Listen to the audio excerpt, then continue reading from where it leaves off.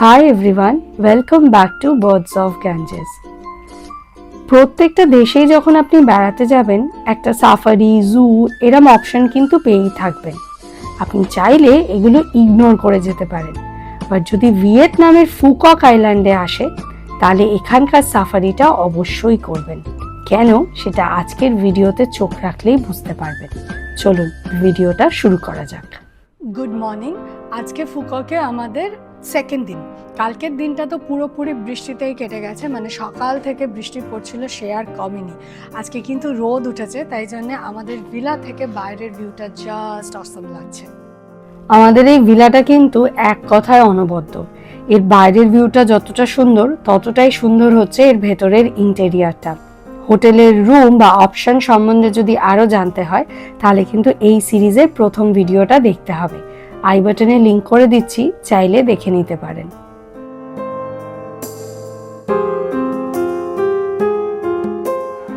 কোথায় এক্স্যাক্টলি ঘুরতে যাব সেটা অ্যাকচুয়ালি খুব Dicey and difficult decision.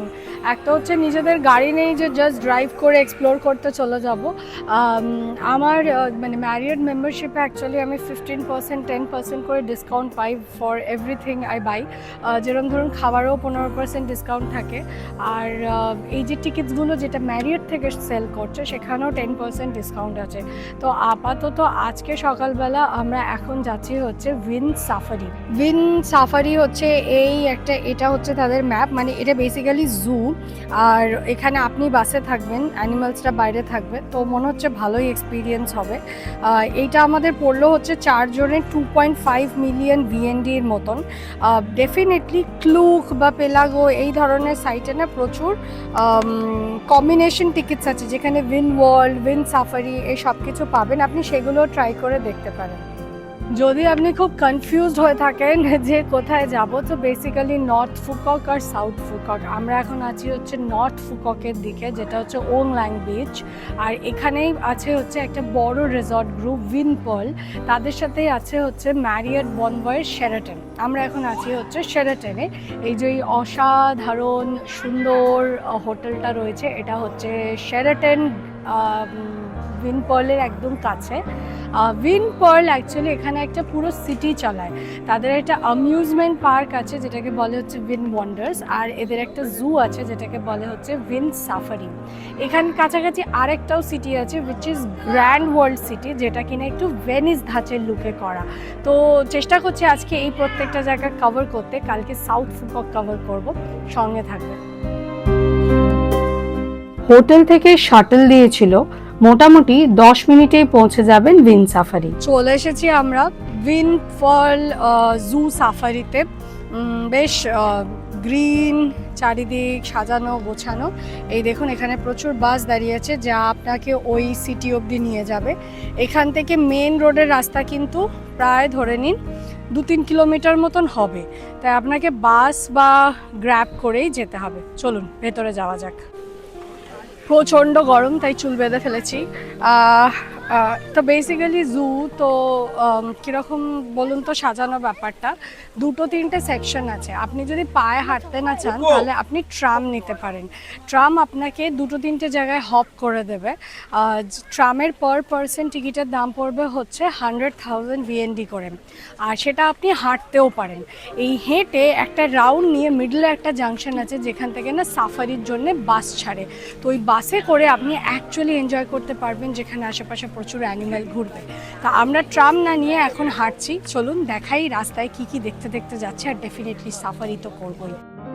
Flamingos, জানেন গুজরাটের রান অফ কাচ কিন্তু the only breeding ground for greater flamingos.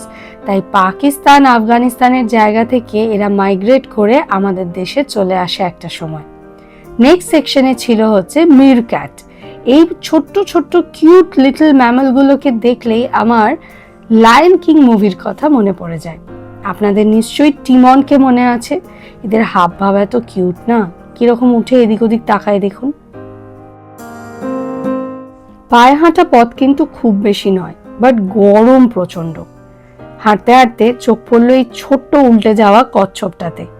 এই কচ্ছপটা কতটা ছোট সেটা যদি বোঝাতে হয় তাহলে চলুন এর মাকে দেখাই। ওই দেখুন বাঁ দিকে ওই কালো মতন জিনিসটা, ওটা হচ্ছে এর মা। কম্প্যারিজনে বুঝতেই পারছেন এই কতটা ছোট।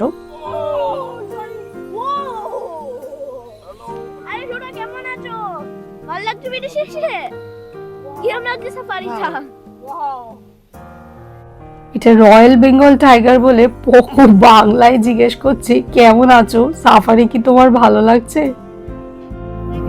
আরো অনেক কিছু আছে কিন্তু দেখার মতন, মানে ধরুন আপনি ওই জিরাফ টিরাফ, প্রচুর ধরনের বাঁদর, সিংহ ছিল, কিন্তু সিংহগুলো না কিরম ল্যাট খেয়ে পড়ে রয়েছে, তো খুব একটা ভালো ভিডিও আসছিল না, দেখতেও ভালো লাগছে না, অ্যাকচুয়ালি দেখা যাচ্ছিল না, তো দ্যাটস ওয়াই সিংহকে খুব একটা তুলিনি।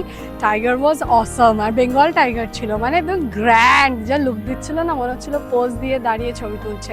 তো এখন যাচ্ছি হচ্ছে আমরা সাফারি, যেটা মোস্ট অ্যাওয়েটেড। চলুন, ওইখানে বাস দাঁড়িয়ে আছে আর এইটা হচ্ছে বাসে ওঠার লাইন। मुझे प्यास नहीं लगी है बट ले सकते हो अगर लगी है तो। আমরা ডিসকাস করছিলাম যে জল কিনবো কিনা।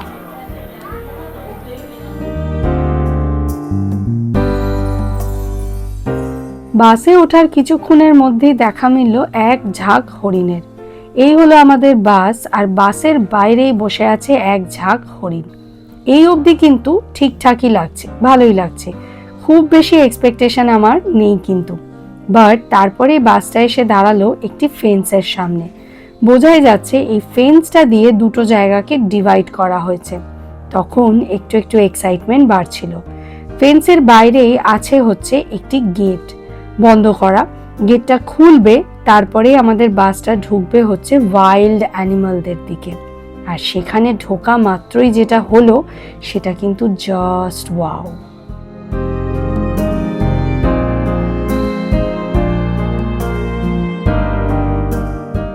বাসের কাঁচগুলো কিন্তু যথেষ্ট বড় বড় আর পরিষ্কার, কোনো অ্যানিমাল দেখার জন্য আপনাকে মারপিট করতে হবে না।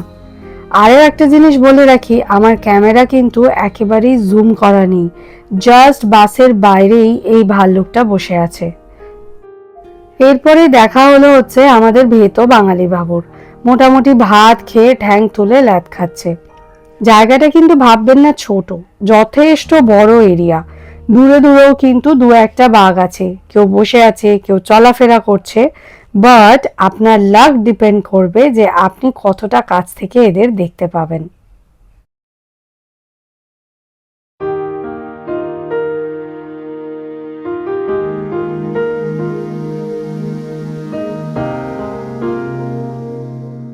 উইন পার্ল সাফারি কিন্তু ভিয়েতনামের প্রথম সেমি কনজারভেশন পার্ক।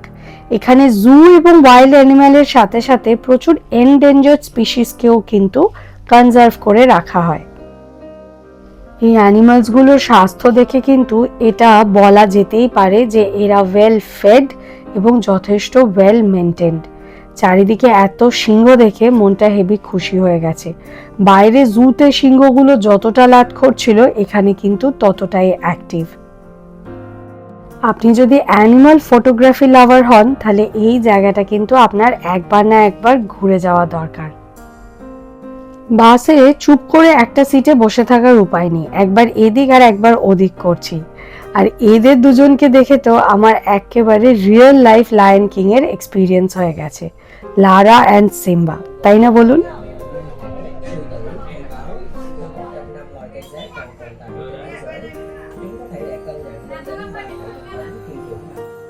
এখানে আপনি 2 হর্ন বা 1 হর্ন রাইনো দেখতে পাবেন।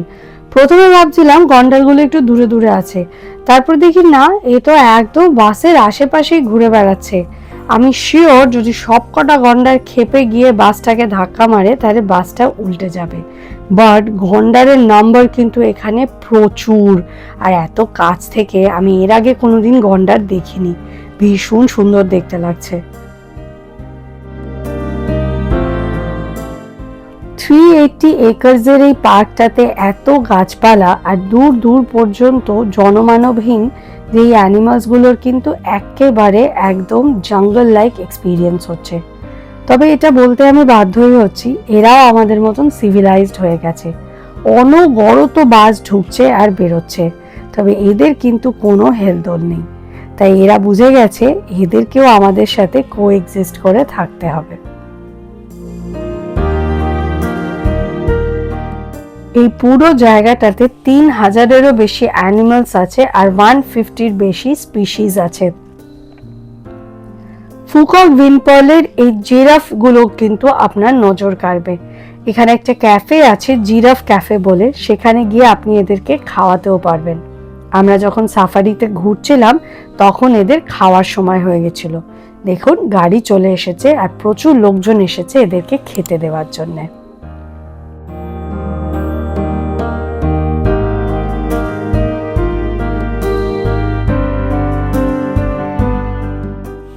উইন্ড সাফারি প্রত্যেক দিন 9টা থেকে 4টে অবধি খোলা থাকে। এখানে এসে কিন্তু যথেষ্ট সময় কাটবে আপনার। তাই নর্থ ফুকক একদিনে কভার করতে হলে উইন্ড সাফারির সাথে অন্য কিছু আর দেখে উঠতে পারবেন না, সেটা মাথায় রেখেই প্ল্যান করবেন। আহারে, এই প্রাণীটিকে দেখে প্রথম আমার মনে হচ্ছে যে এখানকার কিছু ম্যাল নিউট্রিশন পশুও রয়েছে। How was it? पहले जिराफ सॉरी शो देख के आते हैं ना वापस।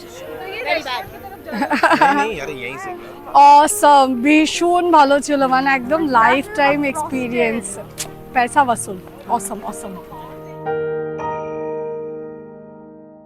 সাফারি থেকে বেরিয়ে আমরা এলাম হচ্ছে এদের বার্ড সেকশনে।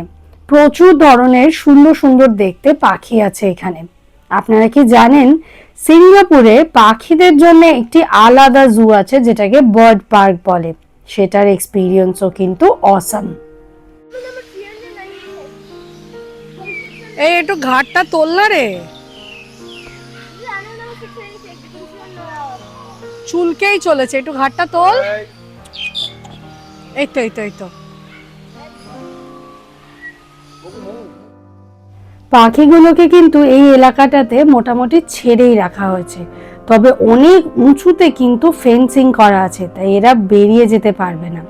ময়ূর আছে বটে, তবে তার পেখম নেই, থাকলে ভালো এক্সপিরিয়েন্স হতো।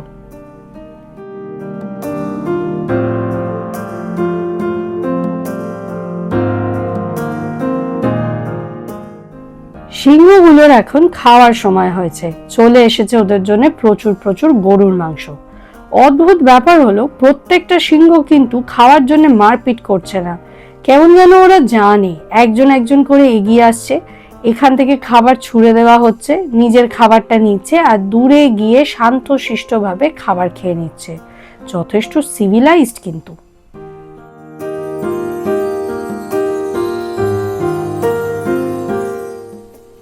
এখানে মানুষজন এসে হাতিগুলোকে কলা খাওয়াচ্ছে, তাই হাতিগুলো এসে সুর তুলে তুলে সবার হাত থেকে কলা নিচ্ছে।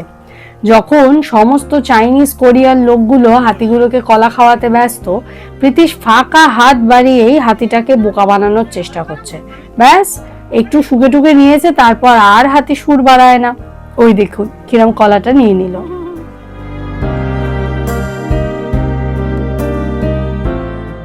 দুপুর 2টো থেকে শুরু হয় একটা বার্ড শো। এই বার্ড শোটা একদম সিঙ্গাপুর বার্ড শোর মতন, হয়তো ওদেরকে অনুকরণ করেই এটা অর্গানাইজ করা হয়েছে। বেশ ভালো লাগবে দেখতে, প্রচুর কালারফুল পাখি উড়ে উড়ে আসবে, তাই যদি এই সময় এখানে থাকেন তাহলে এটা দেখেই বাড়ি যাবেন।